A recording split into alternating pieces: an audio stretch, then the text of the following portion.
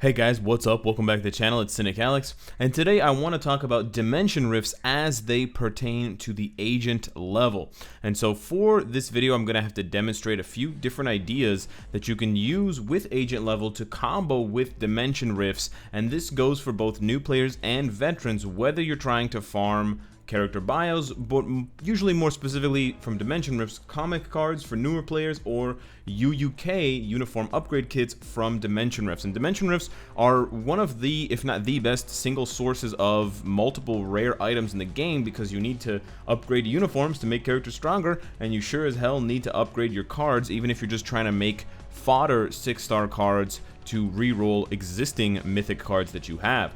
So in order to illustrate really what I'm talking about, I'm going to go over to my agent level and I'm going to show you my bonus. And my bonus here, I prioritized gold, and now I'm going back and I'm prioritizing the item acquisition. But the source of the logic in this video is actually to go full item acquisition. Now it only affects story missions, daily missions, special missions, dimension rifts, and epic quest missions. So that will affect stuff that you can get from that first tab, but it won't increase your CCF drops, it won't increase the items that you get from World Boss Invasion or Co-op or GBR, but it still has a bunch of uses. So what we're actually going to do, although I do think the gold acquisition is good, I think I may have underestimated the value of this, and it actually pertains to saving energy, which in essence, if you save energy, you have more energy to get more stuff, which means you get more stuff, and you can actually possibly get more gold by prioritizing this over this, unless you're like super desperate for gold. But what we're gonna do, you can see I've stockpiled almost 800 energy.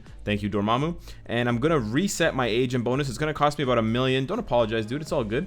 It's gonna cost me about 1 million gold, but it's fine. We're gonna reset it here, and we're gonna go first. We're gonna go actually 0 acquisitions. We're just gonna leave it the way it is right now, so you guys can see what I'm talking about. So we're gonna do 3 runs with 0 additional acquisition, and then I'm gonna do 3 more runs. I'm talking 30 runs. So technically, I'm talking 90 runs and then 90 runs with increased acquisition. Now keep in mind, I have a slightly increased rate of gold and a lowered energy cost because I have both the boost point subscription and the gold booster active. So your numbers are not going to be exactly the same as mine, but that's not the point. The point is actually what I'm about to show you.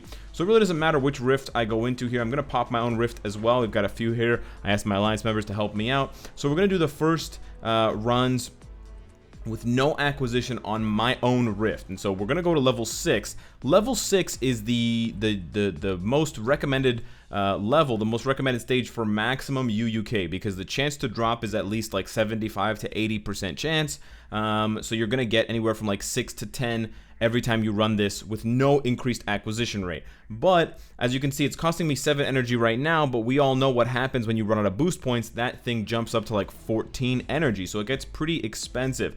Now if you just want to roll for cards, my recommendation to you is to roll stage 2. But we're not doing stage 2. That's not the example we're working on here. We're working on a more, holistic example for the majority of players, which is still stage 6. You're going to get the most amount of gold. You're going to get the most amount of XP if you're actually running through the stage with the characters. Not uniform XP, but character XP.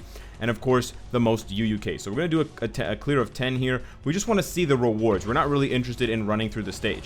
So this time we got really lucky. Wow, we got 9 out of 10. That's incredibly lucky. We only missed on the 5th attempt. So 9 uniform upgrade kits out of 10, which is really, really great.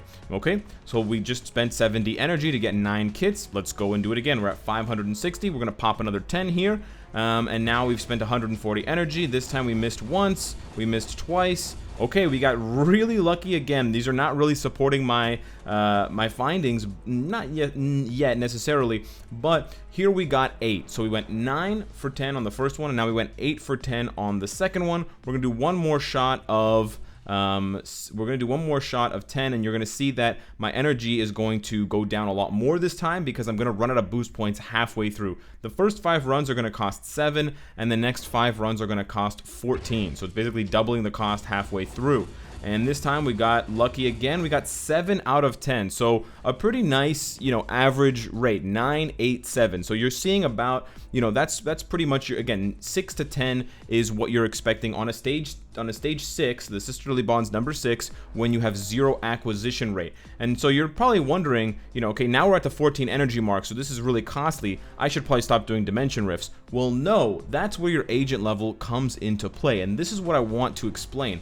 You can actually go ahead and do stage 4, which is going to cost you, with 0 boost points, it's going to cost you 4 less energy. So rather than costing you 14, it's only going to cost you 10. That's a savings of 40 energy for every 10 runs. So that almost buys you a free third stack of 10, because your first 20 are going to cost you 200 instead of 280 energy with no boost points. So it almost gets you an extra clear of 10 stage runs, and with the item acquisition, you're going to see numbers similar, if not better than the one at number 6. So this is a nice little tip for you guys. So I ran that one.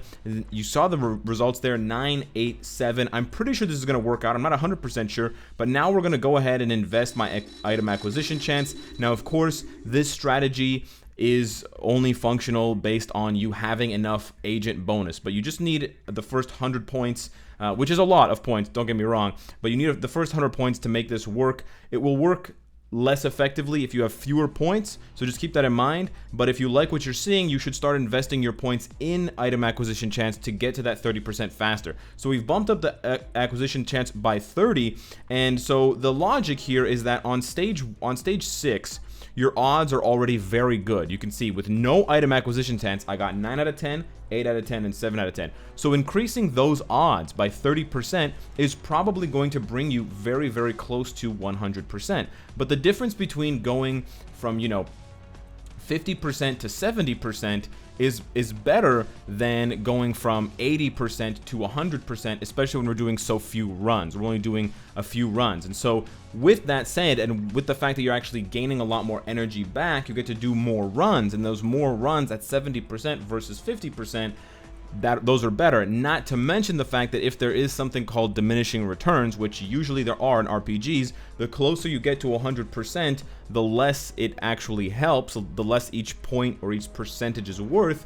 You might be getting even less than that 30% out of it if it's already, you know, if it's at 80%, maybe every 1% actually only counts for half. So you need 2 percentage points to go up by 1. So that 30% is really not helping you out a full 30%, because if it was, let's say, even if it was just 70% chance at level 6 to get 1 UUK, then I should never fail. But I still failed, right? And I still do fail from time to time. I mean, I failed without item acquisition, but even for those of you that have item acquisition at 30% at max for the agent level, you will still see failures when rolling stage 6 for UUK. You'll sometimes get 9 out of 10. It's 10 out of 10 the majority of the time, but a lot of times it's 9 out of 10, sometimes it's even 8 out of 10. So I suspect that there are diminishing returns, but now here is the nicer test. We're going to spend 100 energy per roll of 10 rather than 140, and you're going to see here my rewards, and you can pay attention to other things like cards or oh, of course, you can pay attention to other things like cards or bios, but it's really the UUK that I'm focusing on. Another tip for you guys really quickly, because these two ideas intersect, cards. Someone brought this up to me that the card system, the way that it works is because you need so many 1 stars to make 2 stars, it actually costs very costly to upgrade cards from 1 star up to 6 star. So their suggestion was, you can see it's $250,000 gold just to make 32 2-star cards. Now that's a lot of 2-star cards, but for those of you that are super strapped on gold, the suggestion was to sell your 1-star cards and only start upgrading from 2-star. It's going to slow down your progression a bit, but it's going to save you a ton of gold in the long run, because as you can see here, we're at less than 200,000 on the next step, and that was including the 2-star cards that we made from upgrading the 1-star cards. And generally speaking, you're going to lose gold if you don't do that. If you don't sell the 1-star cards, but you just upgrade everything and you're constantly running stage 6, stage 6 does not give you enough gold in return to upgrade all of the cards that it gives you, if that makes sense. So we're going to do stage 4 now here, and we're going to look for how many UUK we are getting. So there we go, bang them out.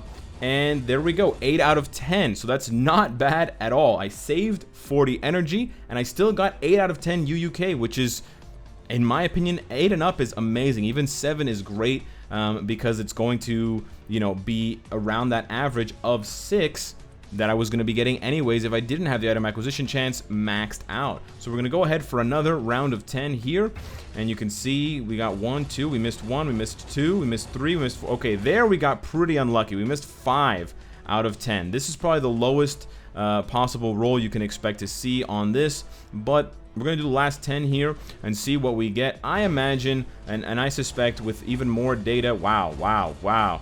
Okay, so we got wrecked again. We got another 5. Obviously, this does not necessarily support what I said, but I do believe that averaging it out, I think I just got unlucky there. I do believe that averaging it out and investing your agent level into item acquisition chance is actually a really good idea, and I'm actually going to keep this the way it is, and I'm going to, you know, sacrifice the whatever it is 9% gold that I would have lost. I probably should have put those points into gold before I rolled all those stages, but it's only 11%. It's not too big of a deal for a guy who has, where did my boost point sub go? It literally disappeared. That's super weird. It's gone. Anyways, for a guy that has 270 million gold. So I don't think that that was the greatest example, but you can tell from what I'm explaining that the logic is there. That increasing your item acquisition chance and doing a lower stage of dimension rifts not only is going to save you energy when you don't have boost points, but it could end up giving you almost the exact same results in terms of your rewards, which thereby it essentially gives you a bunch more rewards, because even though you're only going to get, let's say, 7 or 8 instead of 8 or 9, that 1 or 2 that you're missing, if it allows you to do a whole other, you know, run of 10, that's going to give you an extra 5, 6, 7, or 8, which then when you minus the 2 or 3 that you missed is still a net profit of about 4 to 6 extra UUK for every 30 runs that you do. That might not be a lot for you now, but an extra 5 UUK per day, if you're doing this every day, is definitely gonna add up over the long run. So I think it really matters where you are in the game as far as if you desperately need gold, but the fact that the gold acquisition tops out at 20%, and the fact that a lot of missions, to be honest, the majority of the missions in this stage, like in these missions, give really low amounts of gold, so an extra 20% on 5,000 is very, very little. So it really only matters for like daily missions,